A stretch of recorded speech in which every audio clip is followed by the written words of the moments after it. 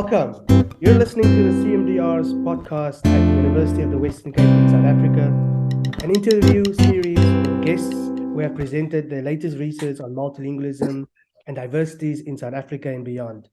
Today, we are honored to welcome Dr. Wanga Gambushe, lecturer in African languages at the University of Cape Town. Wanga, welcome. How are things today? Thank you, Prof. Williams. Well, for starters, thank you for the invitation to be part of the CMDR presentation series, seminar series. I really had a great time yesterday. I'm engaging with field on the topic that I presented on, and yes, I'm well. I'm well. Well rested after today. Of course, we are experiencing load shedding as everyone is in this country of ours, and we hope that one day this will be behind us. I hope you are also well. Yes, I am. Yes, I think we in the citadel of academia are not cannot escape load shedding as well. I am well too. Thank you for joining us today and and talking about your work and informing our listeners about what your work means in this country, and in particular with respect to multilingualism and diversities. Yesterday, you gave a fascinating and thought-provoking talk in our series, the CMDR series. What made you choose this topic? How did it come about? And is it based on a paper, your thesis, a book, or a book chapter? Give us some thoughts. Well, the paper I presented yesterday was titled "Translanguaging for Survival." And it is mostly data that I collected during my PhD, which I finished a couple of years ago. So it's a paper from the thesis itself, and it tries to deal with a number of things. So my thesis, if I could put it this way, was somewhat influenced by a paper written by who is actually down at UCT. Higher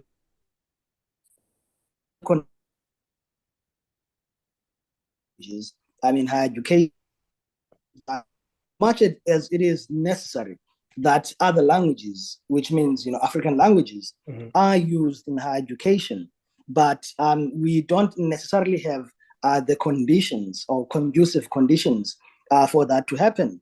And he pointed to a number of these conditions that he feels or believes that are not conducive at the moment. And one of them is that the people who teach in higher education are not multilingual languages. Generally, it's either English or Afrikaans speakers. So this then makes it difficult to develop for different fields, because in order to develop any terminology, it is important that the person who is doing that development is someone from within the field, rather than just a linguist like myself doing that work.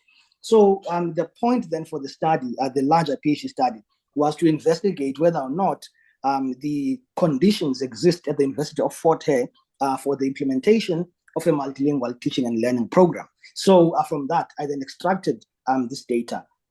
And partly, the reason why I kind of showed them also to deal with the question of translanguaging. Translanguaging has become a theory nowadays where everyone is working on translanguaging. But you find that there are many, many different ways in which translanguaging is seen, or there's different definitions of translanguaging. And some of these definitions I find highly problematic. So the manner in which Chrissy and Blackley, who previously were at Birmingham University, refused to accept the idea of the existence of languages. They always talk about languages don't exist. Let's not even talk about languages. Yes. But my proper idea of translanguaging is that it says it might lead to a second languages. For instance, what I'm trying to do kind of translanguaging, and then get to what I believe is the more or the better definition of translanguaging, which comes from Garcia and Way, who argue that translanguaging actually beyond all of these things that people are saying, is meant to be a theory of language, or an alternative theory of language, in which we view multilinguals, manipulating two different languages, but manipulating them in a manner that is different to the idea of really different things, but they manipulate language in a manner that only bilinguals can. They do believe in linguals, manipulate language.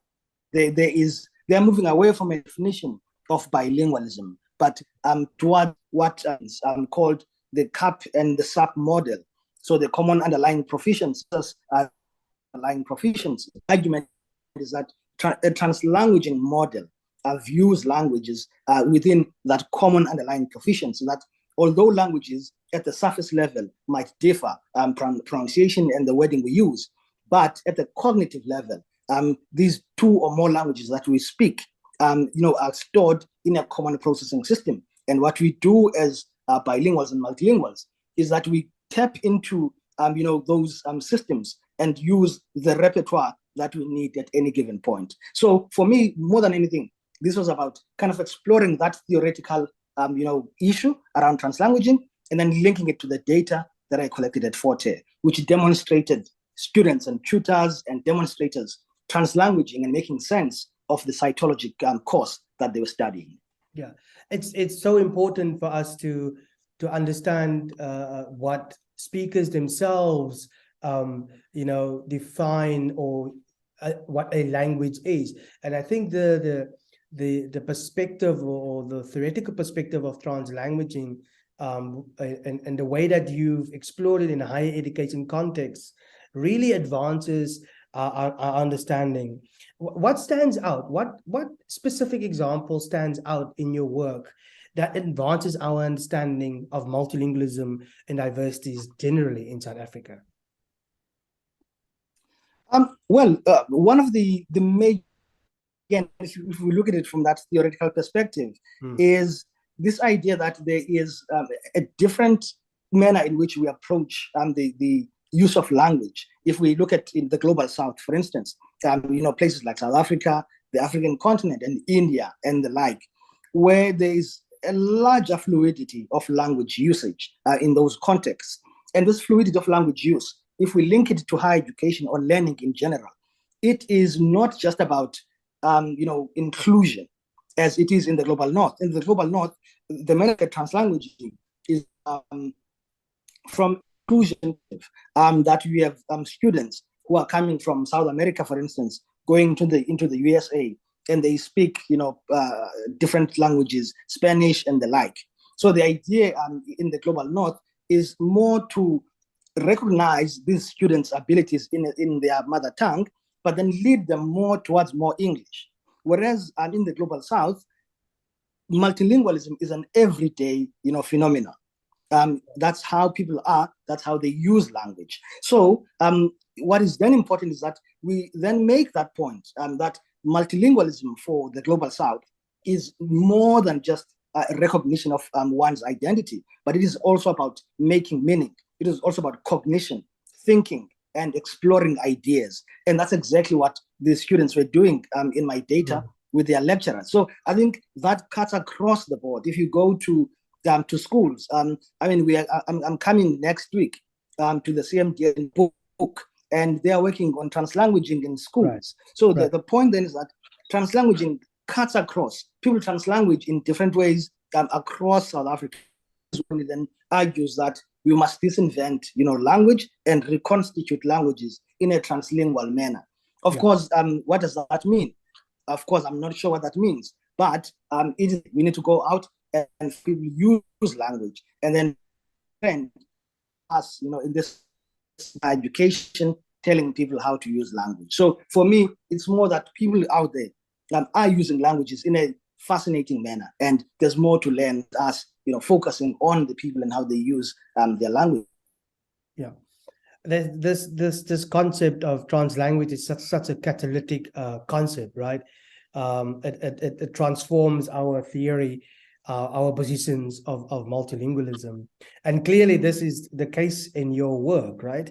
And we're really looking forward to what you will do next. But let's switch a bit of gears, right? Let's switch gears. What's on your reading list, right? What do you think is relevant for advancing this research, your research on translanguaging? And if you could pick one or two readings, which one would you recommend we read and why?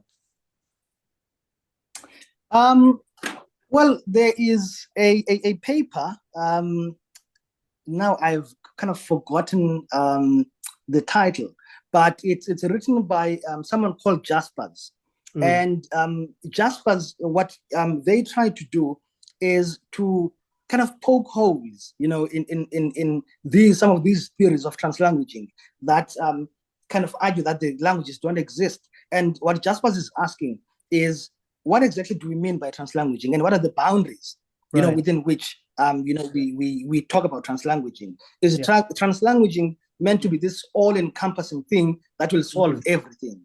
So for me, that was an interesting paper because it is a bit of a sober, paper that brings everyone to ground and asks some critical questions around what we mean by translanguaging. Because again, I remember when I attended the summer school at Birmingham University in the UK, organized by Chris and Blackledge.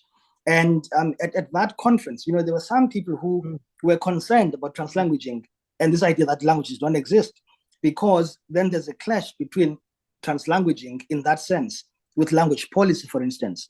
What do we say when we talk about developing African languages, developing, CAPS, for instance. So there's then a clash between these two things. And not just African languages, for that matter. There were people from Spain who were worried about Catalonia. In Catalonia, Catalan is a language that is dominated by Spain. So when we say languages don't exist, they were concerned that then their language, which they are trying to develop and maintain, might fall, by the wayside and be dominated by Spanish. So, that paper for me, I found, very interesting. And then, of course, there's the book called Translanguaging by Garcia and Way, which was published in 2014. I find that to be a seminal book on the idea of translanguaging and how they define translanguaging, but they go beyond that and they demonstrate how translanguaging works and how translanguaging is important for education. So I think those two, that Jasper's paper and the translanguaging book by Garcia and Way, who Garcia and Way, I believe, are the foremost scholars in the area of translanguaging. So yes, I think I would choose those two. Yeah, indeed they are. This is the paper by, I think the scholar's name is Jürgen Jaspers. Is that correct? That could be him, right? Yes, I think that's the one. Yeah. Yeah. And is this, I mean, this leads me then to my next question. What is this? Are you branching out? What are you working on now? Are you building on this research on translanguaging?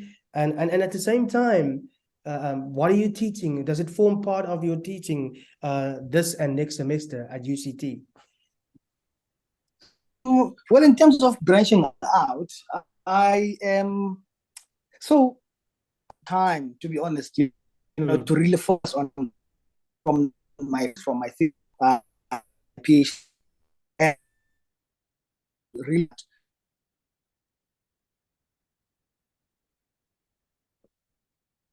said about that before.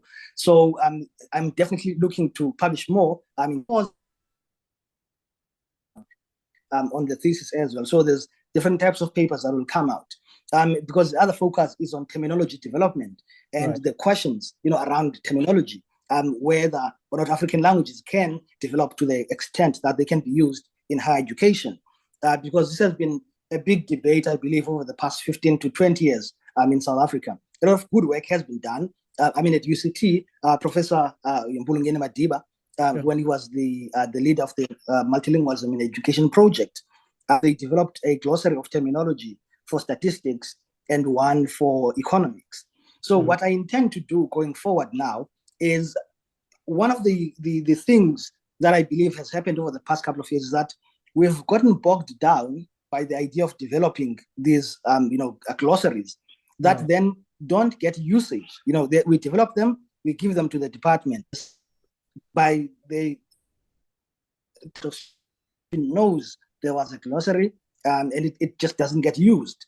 So what I believe we should be doing now, and what I intend to do, is to take the next leap, which is developing academic texts using the terminology that has already been created. So now, again, it doesn't mean book or, but what we've been doing for 20 years was problematizing the process of developing terminology, asking some theoretical questions, asking some practical questions. So what I'm trying to do now is move, that debate along to saying, okay, we are creating a text for tutorials, for instance. What are the practical implications of doing that? What are the difficulties of doing it? What are the theoretical issues that are involved in that process? That's where I kind of want us to go, so that we kind of move away from saying, oh, African languages, they're not there. Let's move on to saying they've arrived and we are putting them in the classroom in a teaching and learning environment, rather than a glossary that can be put online and then it is never used. So that is where I would want my research to go going forward. And in terms of my teaching, yes, I do include, so my great interest is on, the question of bilingualism and multilingualism in education and in higher education specifically. So for my third years, for instance, I'm seeing my third years this semester, this term. And, we're working through all of these different, concepts and constructs, such as translanguaging, of course, multilingualism, mother tongue education, the CAP and the SAP model, the BICS and the CALP from Cummins, so the basic interpersonal communication skills versus the cognitive academic language proficiency. And I find students get so, excited and so interested when you teach those things to them, because these are things they didn't know. And they also reflect on the use that, oh, wow, this CALP thing makes sense. My nephew, my niece, this and that. And it's with you when you were my lecturer for such proposal for you. So I asked them to, the major project that they have to do is create a research proposal for me that they have to submit at the end of the term. So they already have, the question already. They have time now to engage with me while they try to think about what would they want to do, as their research proposal. So partly I do that to prepare them for the honors year. So by the time they get to our honors, they already have an idea of what they perhaps might want to study, or they have an idea of what a research proposal looks like. So yes, there is an incorporation of my research into my teaching.